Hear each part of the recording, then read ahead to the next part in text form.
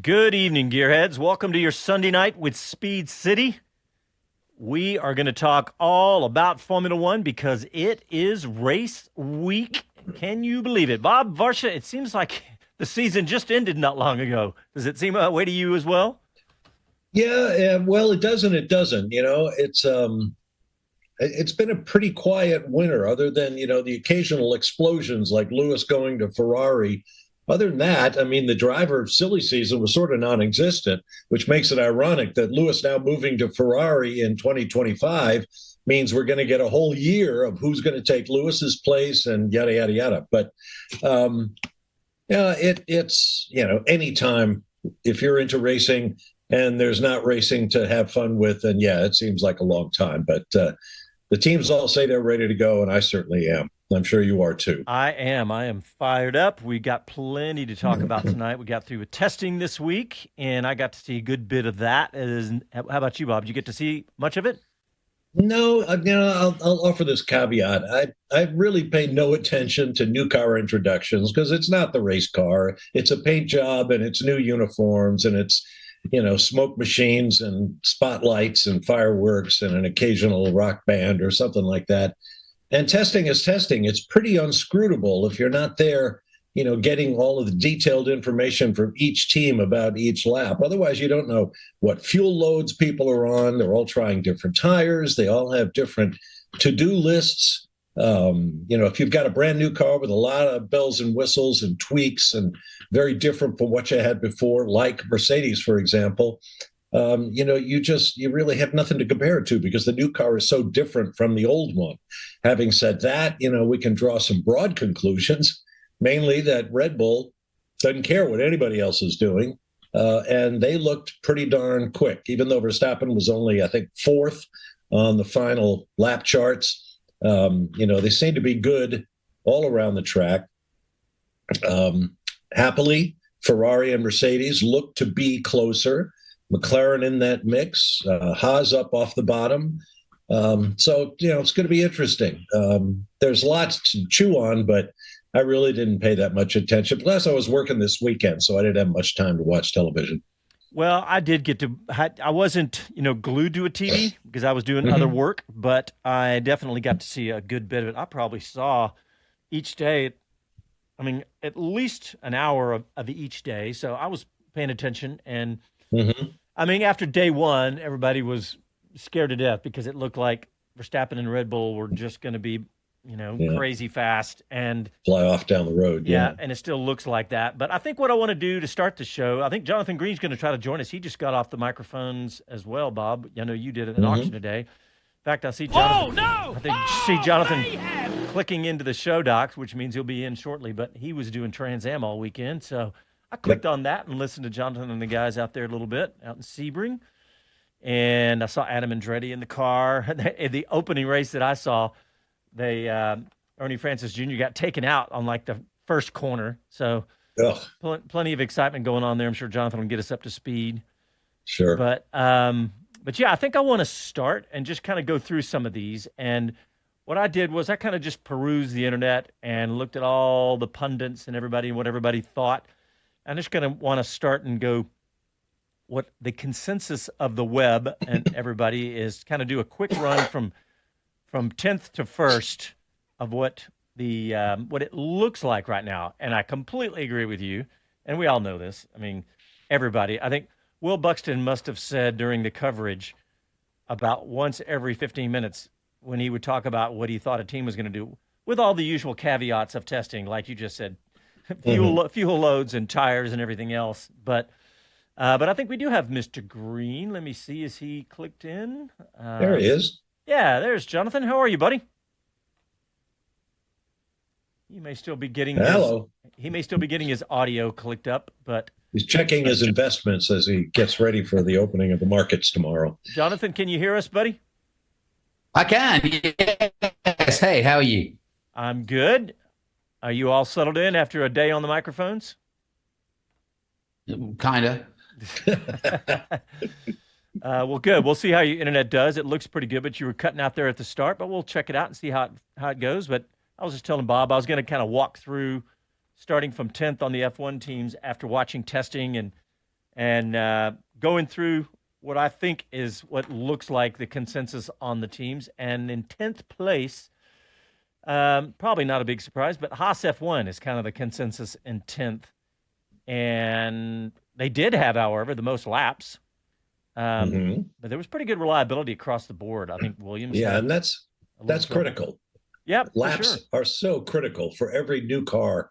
So it's good. I know Io Komatsu posted a here's where we are on the internet, and he seemed pretty quiet and pretty calm, I should say.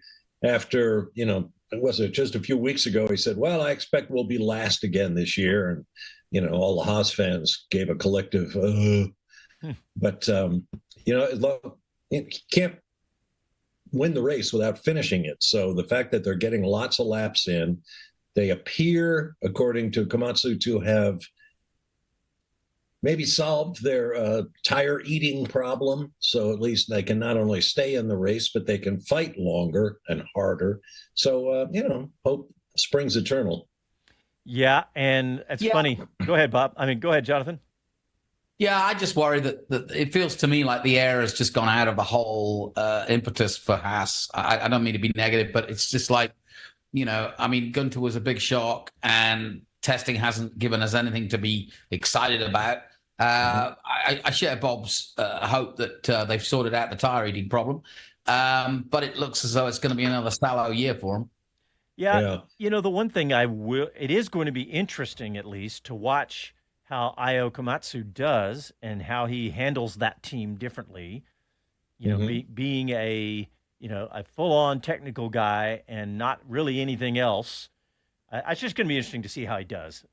Well, the last guy with that kind of resume we had was Matteo Binotto at Ferrari. I mean, he was the technical boss. They made him the team principal, trying, to keep 17 spinning plates in the air all the time, and it eventually brought him down. So, yeah, it is going to be interesting. Komatsu is going to have to delegate more, and I hope he has the resources for it. Did you see the report from a journalist in Netherlands, I think, who said he spoke with Gunther Steiner, and Steiner told him that Steiner had located a $20 million or 20 million euro sponsor, in return for which he wanted shares in the team. He wanted an equity position in the team, did Gunther. And Gene Haas supposedly said no.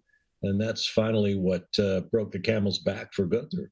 I don't know, whether it's totally true. Journalists have made up stories in Formula One before, and God knows in every other endeavor in our lives these days. But that is interesting if that was part of the problem, because we had heard that Gunther wanted more investment out of Gene Haas and that Gene was unwilling to do that. But this puts an entirely different spin on it. If Gunther was even more ambitious and had the folding green, so to speak, behind him to buttress his his demand. You know what, Bob? It's funny you say that. I did see that story, and as soon as I saw it, it reminded me of when moments after the news came out about Gunther being fired, I saw some speculation about that exact thing from some pretty reputable sources. I actually heard them. And it was like, it could have been that Gunther was pushing for ownership. And so I think there's again, that this is the second bit of smoke, as you put. So there may be some fire to that story. So I wouldn't doubt it at all. I mean, look, Gunther, let's face it, it was kind of Gunther's team. He was his idea and everything else at the beginning. So wouldn't surprise me if he was trying to get some ownership. He's got ownership in that other company, in his composites company here in the States. Right. So, and now he's going to be a TV yacker. Yeah. Can't wait. Bob brought up a good point before we came on the air. He said, yeah, he's going to be on television, but I guess he's going to have to change his vernacular a little bit. If he's going to be on television, he's not going to be Mr. F-bomb, probably, unless it's cable TV over there. Yeah, well, Gunther, we all know, is smart enough to have sussed that out. He'll be, he'll mind his P's and Q's, or he won't be there long. Yeah. Jonathan, I have chosen as number 9 on the list, Sauber Steak. And that's really just kind of looking around. Actually, looking at these 9, 8, and 7, Sauber, Alpine, and Williams are what I have from the internet. Any comments on that? Or do you figure that the order can be shaken up however you like? In terms of them being 9th, 8th, and 7th? Yeah. I think those are the right 3 teams, and I think Williams, to me, deserves the right of being 7th in the championship and deserves the right to be ahead of both those 2 teams in terms of potential. I think that the Stake team will struggle. It is an identity crisis to a certain extent. And, same with VCARB or whatever you want to call them, AlphaTauri.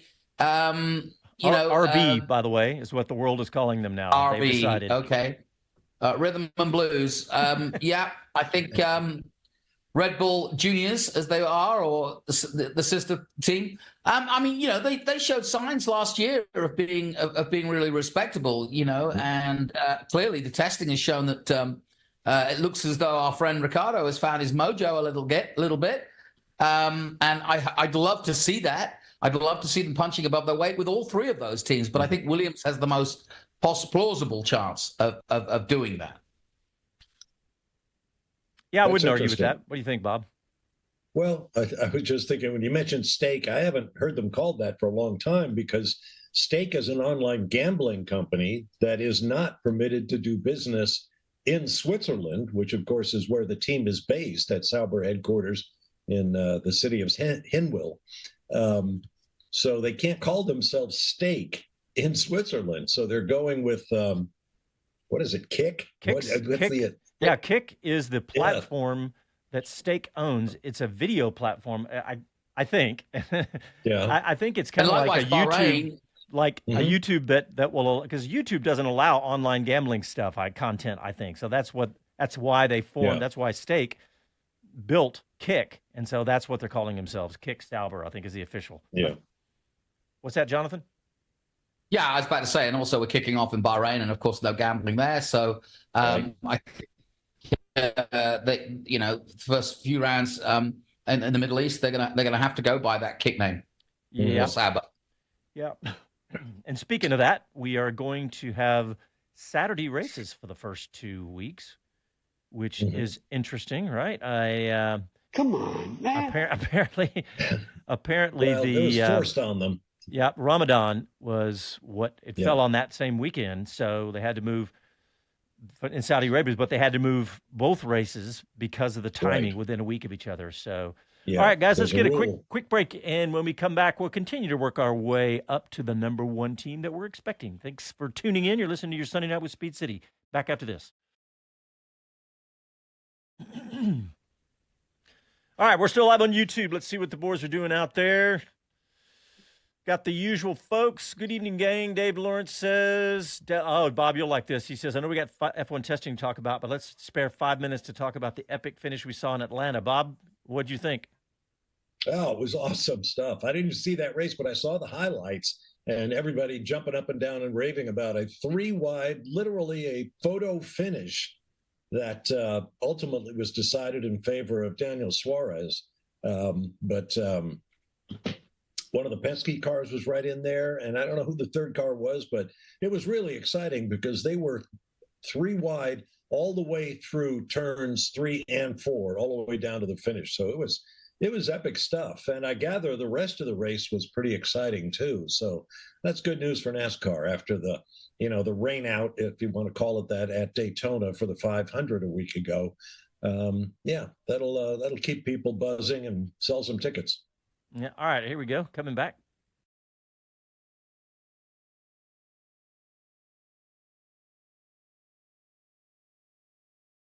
Hello to everyone. This is Gunther Steiner. This is Speed City. Welcome back to the fastest hour in radio, Speed City. You know what, guys? We need to text Gunther. He's going to be on television, but we need to text him and say, look, you can join us anytime, and you can do it from your underwear at home. We'll send him the Zoom link. I think I'll I'll text him. I mean, seriously, I did text him, and he was when the news hit, and he was very nice and polite and replied. And well, good. Did you tell him about the initiation as the new guy? He has to buy dinner. I offered to buy him dinner, Bob, if he comes on our show. Oh man, I'll tell him he you're can such drop. a softie. He can. You know what? He can drop all the f-bombs that are all pent up when he's on the air because he's not going to be up on television. Did I miss a dinner that Bob bought? Yes. I don't remember, Bob, but I'll take yes, your word you for did. it. All right, where were have. we? We had talked about 987 being Sauber, Alpine, and Williams. I put RB as 6th. What do you guys think? Yeah, I think that's reasonable because we know nothing to this point. Yeah, I mean, who else would you put in there? I mean, because Aston Martin, I've got right ahead of them at 5th. Yeah. I think Aston's going to be better this year. I think they're going to move closer to that mid-pack mix with McLaren. And, looks like maybe Ferrari and Mercedes have taken that half step closer to Red Bull. Of course, we won't know till everybody's, running in anger next weekend. But, yeah, I mean, Alpine is good, I guess. Yeah. I do like to watch body language and all that stuff, which we'll talk about a little bit later. I've watched the body language. Where have you got Alpine then?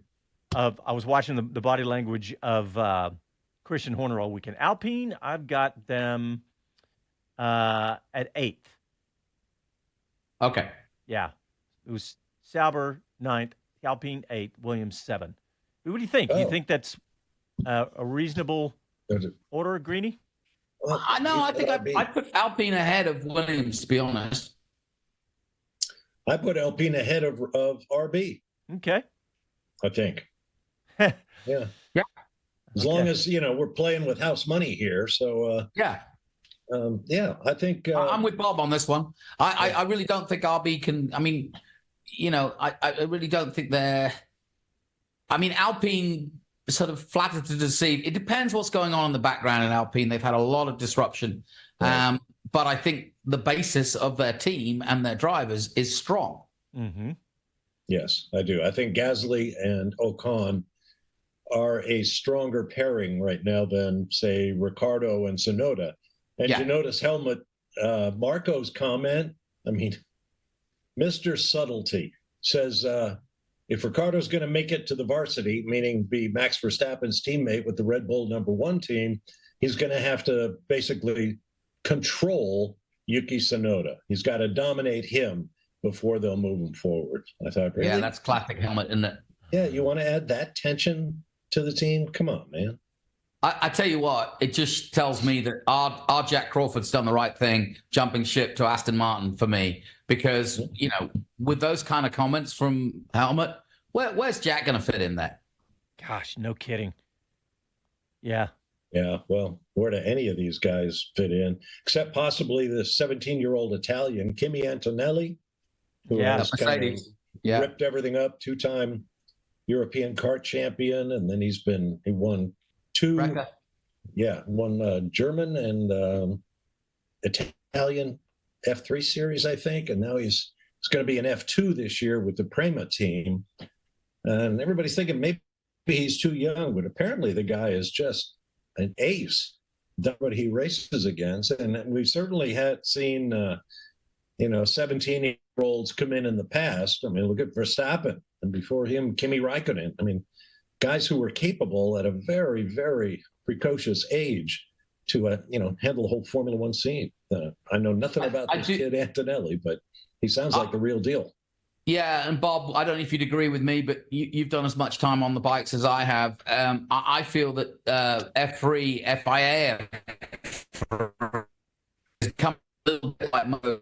It's a great stepping stone to the big time, but you can also get caught in the whirlwind of staying there for the rest of your career because it's so competitive, it's so expensive, and very few people make it up to the next level. So you can be an FIA F3 for 3 years and be top 10 and still not get picked up, or you can do what Kimi's done, which is avoid it and take the next step and go from being spotted as being the next big thing.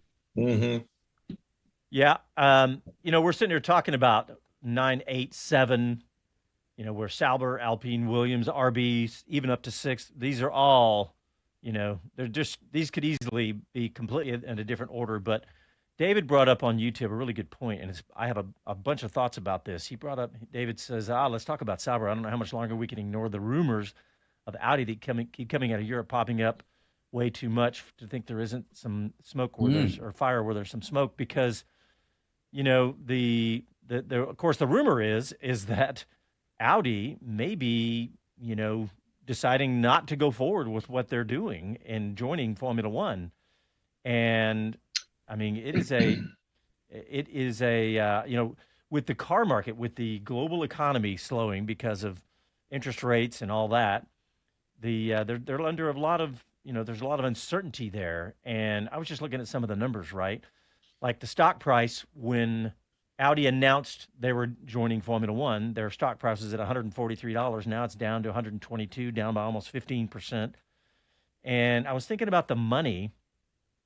The rumor is that it's because it's not known at this point. The rumor is it's about $650 million for 75% of that team, right?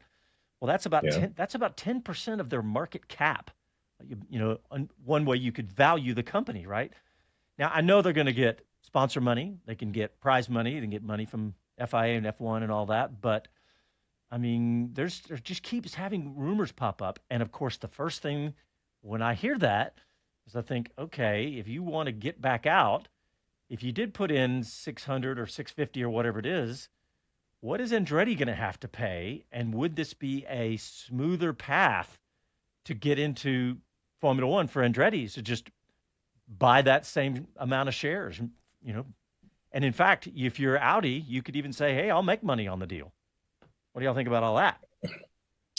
Well, I don't place too much credence in those rumors. There may have been management changes at Audi, and maybe the new guys and girls aren't quite as romantically involved with Formula One as the people who made the deal is. But at the same time, Audi has not committed to a large extent to the EV revolution that seems to be running out of gas, if you'll pardon the pun right now. And they have totally disbanded their customer racing programs in sports cars. So as far as I can tell from the commitments that Audi continues to make, they are still pretty much all in on this project. And they've been very quiet about it. They haven't rushed out there to say, oh, no, don't look behind the curtain. There's nothing going on here. We're still in. They're just quietly going about their business, much the way Michael has now decided to do with his Andretti global operation. We don't have a franchise, but we're going to keep working, and we're going to prove to you somehow that we belong in there. So I don't buy the Audi is done and out rumors. So here, I'll throw this one at you, Bob. No, I also would ask a question. Go ahead, Greeny.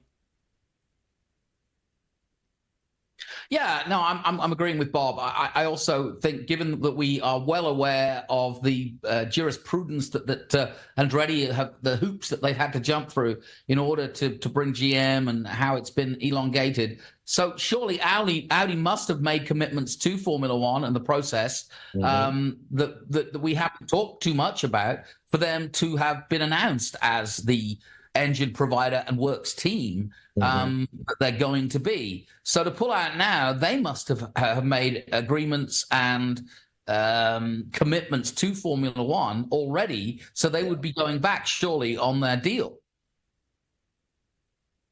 Yeah, I agree with that. There's, it's just not that easy to come and go as you please, as we've all learned in Formula One. I can't see them pulling out. So here is a quote I do want to read both of you guys. The current Audi CEO, Gernot Dahlner, he said something that I thought was interesting, and it was really just the way he said it. He said, there is a clear decision from the board of management and supervisory boards of Audi and Volkswagen that Audi will enter Formula One in 2026. This is in December, by the way, just kind of because trying to extinguish these rumors. And he said, the plan is in place. It wasn't, the only thing that struck me about that is that it wasn't terribly enthusiastic. it was just basically saying the plan's in place. You know, he didn't really. That's all he said. He didn't go any. Well, that's so German. Yeah, well, that's true. We have a plan, and the plan is going forward as planned.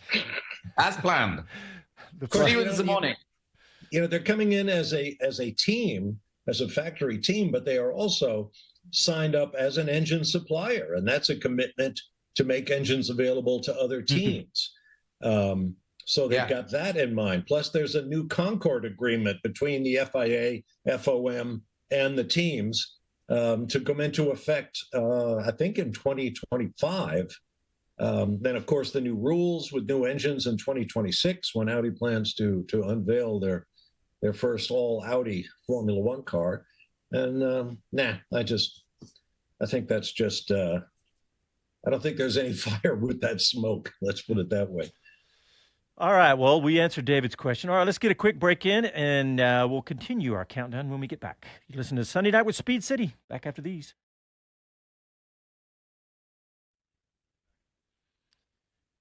All right, we're live on YouTube. Guys, I got to do a quick local car show thing because I took my Porsche Turbo out Thursday. And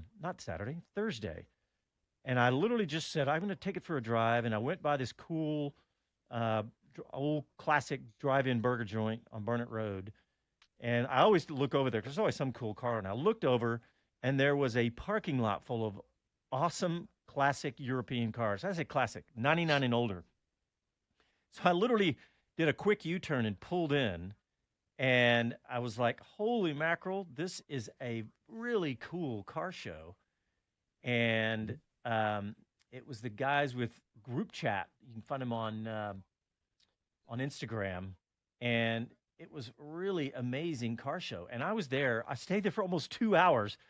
I texted my wife. I said, I'm not going to be home for a little while because this is an amazing car show. And all right, we're coming back. Well, I'm going to finish this when we come back from the break.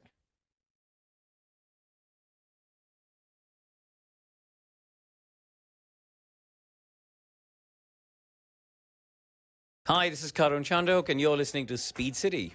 Welcome back to the fastest hour in radio, Speed City. All right, during the break, I was talking about a car show that I went to at Top Notch this week, and we're showing some video on YouTube.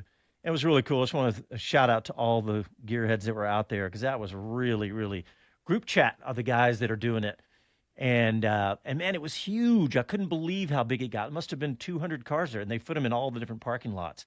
And I went back through group chats, older posts on Instagram, and at one point they had it earlier this. In fact, it was right during F1 last year. They had an F1, a Red Bull, an older Red Bull F1 car there at one of the car shows. So they were doing it right. Seriously? But it was really cool. I was like, holy mackerel, Wow. Can't believe these guys. But all right, we're counting down what we are expecting. I just kind of did a quick little survey of the internet, and we're now down up to the top 5. And I'm going to do the top, let's just say, all right, 5 and 6, I have Aston Martin and McLaren. Aston Martin 5th, McLaren in 4th. And we touched on Aston Martin. But what do you guys think about Aston Martin at 5 and McLaren at 4? You want to take that one, Jonathan? Yeah, I've got a feeling that McLaren could go higher than that. I could see them in the top 3. I know that's quite a revelation to say that, but I really do think that McLaren's form at the end of last year, we'll see what the new car does, but I certainly would have them at 4 rather than 5. In that respect, I do think they will punch above Aston Martin, though I'd be interested to see. It'll be an interesting battle. I think if I'm being totally fair, I think I'm dreaming a little bit, and I think that McLaren will pan out at 4th or 5th, and if it goes well, 4th. But I think they could, if all goes right, perhaps contend for 3rd. What do you think, Bob? Well, I think things are going to be quieter at McLaren than at Aston Martin for lots of reasons. The consensus in the media seems to be that Fernando Alonso, coming to the end of his contract this year, is a candidate for a couple of other choice rides, one of them being Lewis Hamilton's empty seat at Mercedes. and Honda's going to come on to be their new engine supplier down the road. So, Mercedes might back away a little bit from the cutting edge technology they provide to their customers. I know this is all governed by contract, but still, I just see more opportunity for conflict at Aston Martin. That, of course, leads to degraded performance. McLaren really seems to be on the up. I think they've been a great story the last couple of seasons, and Lando Norris has to be feeling some pressure to go out there and win. They've got a great driver lineup between Lando Norris and Oscar Piastri. So, I think as long as McLaren can put a good car under their drivers, I think they will certainly be an obvious candidate for fourth. And as Jonathan points out, maybe for fifth. Mercedes, who I suspect is your number 3 team, has a car that has no part untouched from the much hated car last year. So they're either going to roll the dice and come up aces or craps again this year, and it'll be Lewis's last year there, so there'll be some changed atmosphere there because of that. George Russell has to step forward and prove that he's ready to assume the mantle of the team leader and lead driver. So I think you might find McLaren at the end of the day kind of sandwiched between 2 teams that have some internal turmoil, if that's not, being too dramatic. And they could wind up third in the championship. Yep, I agree with that. I actually agree with both of you guys. That's why there was a lot of people that had Aston Martin maybe higher than McLaren, but I just felt like McLaren has more upside potential at this point. Mm-hmm. I think there's a couple of also things that play into this top 10, and it's the guys behind the scenes, because I think the tectonic plates have moved now with this move of Hamilton to Ferrari. And I think the fallout is yet to be really understood in terms of personnel potentially behind the scenes. And I'm talking designers, technical staff, etc., who may swap ships, whether it be to Ferrari with Hamilton or whether it be fallout from what's going on at Red Bull, and whether that leads to a shift of folk. So I think there might be some movement, and that could affect McLaren. It could affect Aston Martin in terms of getting more strength, and it could weaken the likes of Mercedes potentially, and Red Bull. So let's see. And you talked about, Bob, the potential conflicts at Aston Martin. I watched the first episode of Drive to Survive this Friday night. I think my wife and I watched it, and they were mainly focused on the Aston Martin team. And last year I was really giving Lance Stroll a really hard time last year. I don't know if you guys recall, but I was like, man, why is he? Because he was giving those one-word answers and everything. But yeah.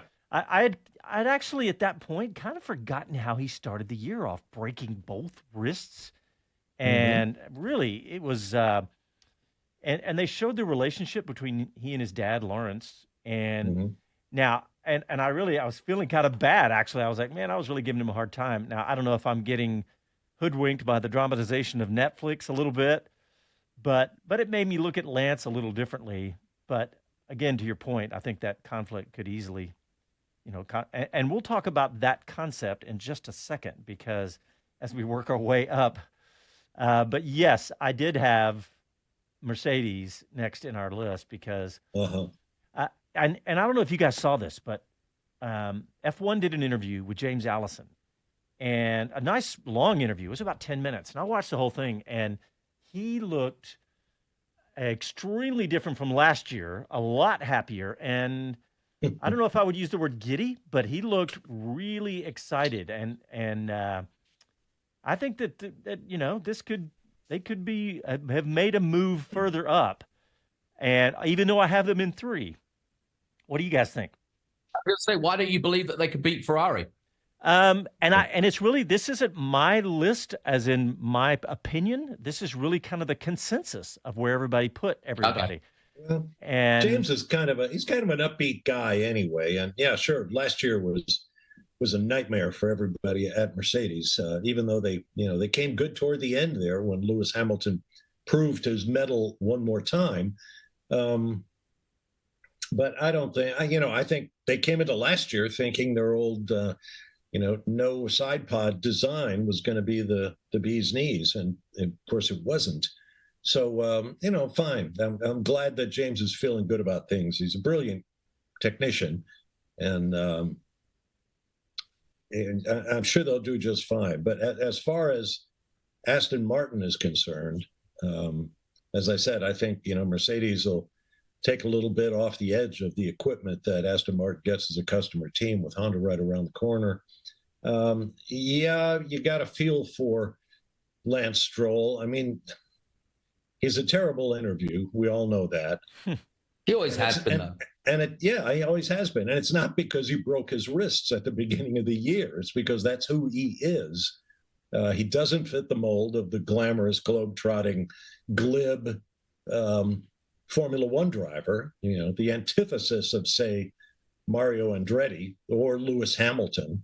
But that doesn't mean he can't put in the lap times. But, he's another one of those guys who's going to have to show, that he can't keep doing winless seasons. He's got to produce. If his daddy's team is going to go where daddy wants it to go, and if they're going to lose Alonso, who goes into a negotiation period for a new deal, either at Aston Martin or somewhere, they're in a tough spot, and the pressure is going to be on everybody.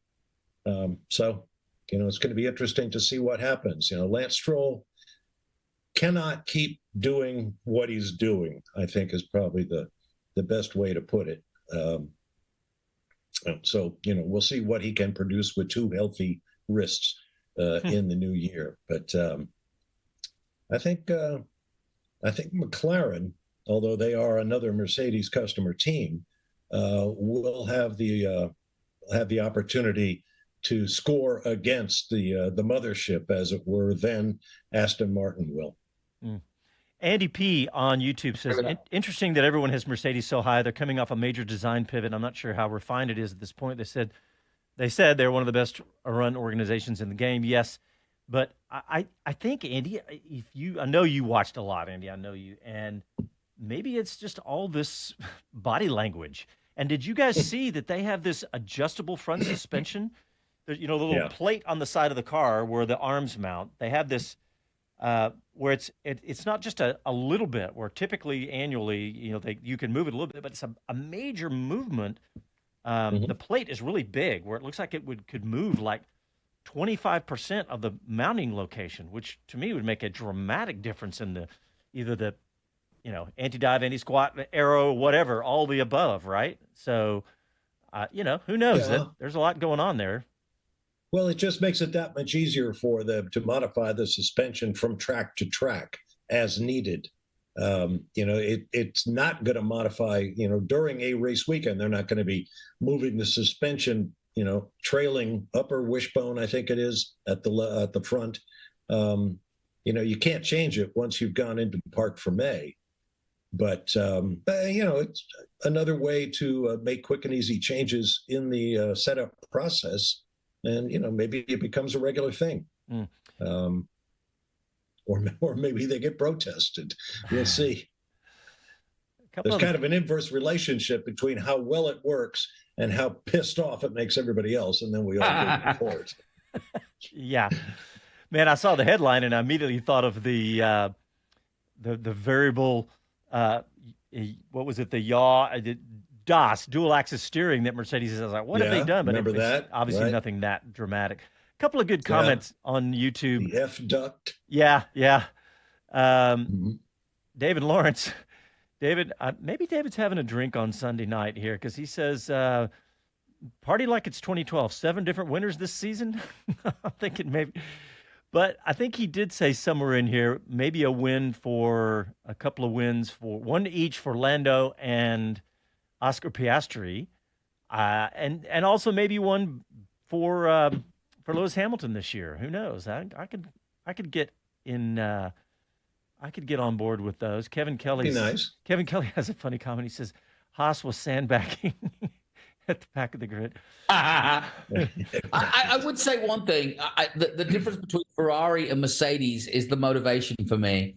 I don't think that Lewis, given that his future is assured at the Big Red Factory, his motivation will be just as strong to go out with his to go out on a high with the family, to work with George Russell and to get the best result possible. Carlos Sainz, on the other hand, I really don't see him working well with Ferrari now that they're basically ousting him.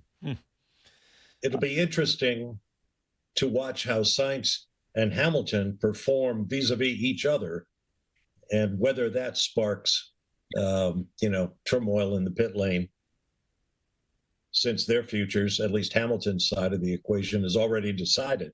He's going to take Sainz's seat. Sainz is, at least, arguably a candidate for Lewis's seat, and we'll see where it goes.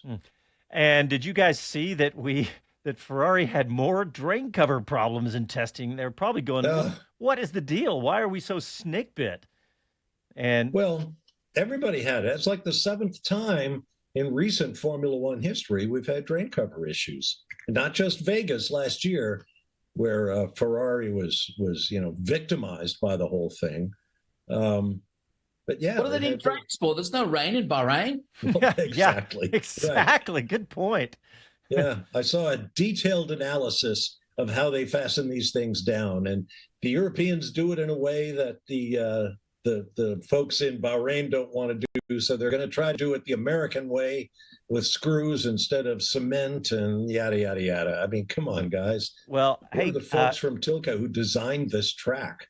Yeah. Casey, our producer, was showing a photo there of Adrian Newey. Did you guys see this? Because the Checo Perez sucked that drain up against the bottom of his car, and Adrian Newey laying on the ground underneath the car. And I thought that was a cool shot. And I was like, that you gotta love him for getting under the car and checking that out. I thought that was I think cool. he's just falling over there, to be honest. No, Jonathan. I would caption the photograph. Here's Adrian. It was Adrian Newey under the car, you said, but not Christian Horner. No, you're right. Yeah, okay. Exactly. Because Christian apparently is good at plugging holes. All right. On that note, Bob, Sunday night. Nice work. On that note, we're going to take a break, and when we come back, we will talk about Red Bull and Ferrari, our last two on our list. You're listening to your Sunday Night with Speed City. Back after these messages.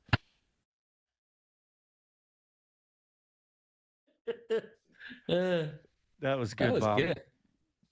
That was good. Casey didn't have to bleep me this time. Bleep that one. No, you get away with that. Okay. Good. Yeah, I had one today. We had the NASCAR out on track, the original '85 Hooters car, and my co-commentator said, "God, who drove that car, the Hooters car?" And I said, "Didn't they have a pair of drivers?" Right. Hey, I saw you guys had a big crowd on YouTube, Jonathan. I tuned in for the beginning of the race, where Ernie Francis Jr. got taken out on the first corner. Yeah, classic. Who were the winners? Who won? We had Paul Menard won in TA, and he's going to do the whole season. And TA2. Oh my God, I can't even remember. That was 2 days ago. The new kid, Tillich. Village won, yeah. Village won. But Brent Cruz, our current champion, was ill with mono, so he'll be back.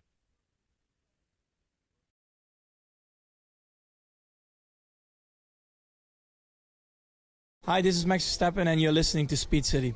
Welcome back to the fastest hour in radio, Speed City.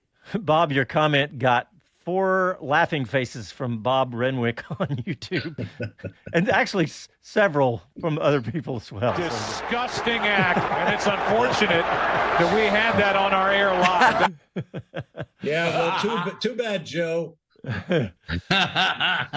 All right. Well, we're down to our last two, and this is not my list. This is the kind of consensus where Ferrari second and Red Bull first. And any arguments with that, boys? I can't see Red Bull winning another race. Yeah, that comment will age well, I'm sure. Well, at least there's been all sorts of analyses as our colleagues in the Formula One commentary business go out there and find something to write about. But apparently Ferrari looked quite good. They were on a slightly softer tire than the Red Bulls were, but they were quick, and they were quick in the corners, which is typically a Red Bull strong point. So I think that's probably a good thing. I thought it was unusual that two teams, McLaren and who was the other one? Might have been Alpine, selected no Pirelli red stripe softest compounds because they figured that those aren't even going to come into play in the race. It's going to be all, I think the C3 compound is going to be the soft tire, and the 2 and the 1 will be the medium and hard respectively. But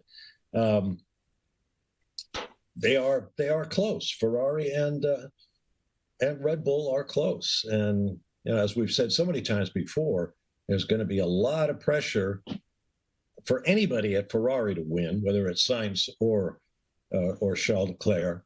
But poor old Sergio Perez, I think the handwriting's on the wall. He has got to produce and clean up after Mr. Verstappen. Hopefully it'll be a worthy battle all season long.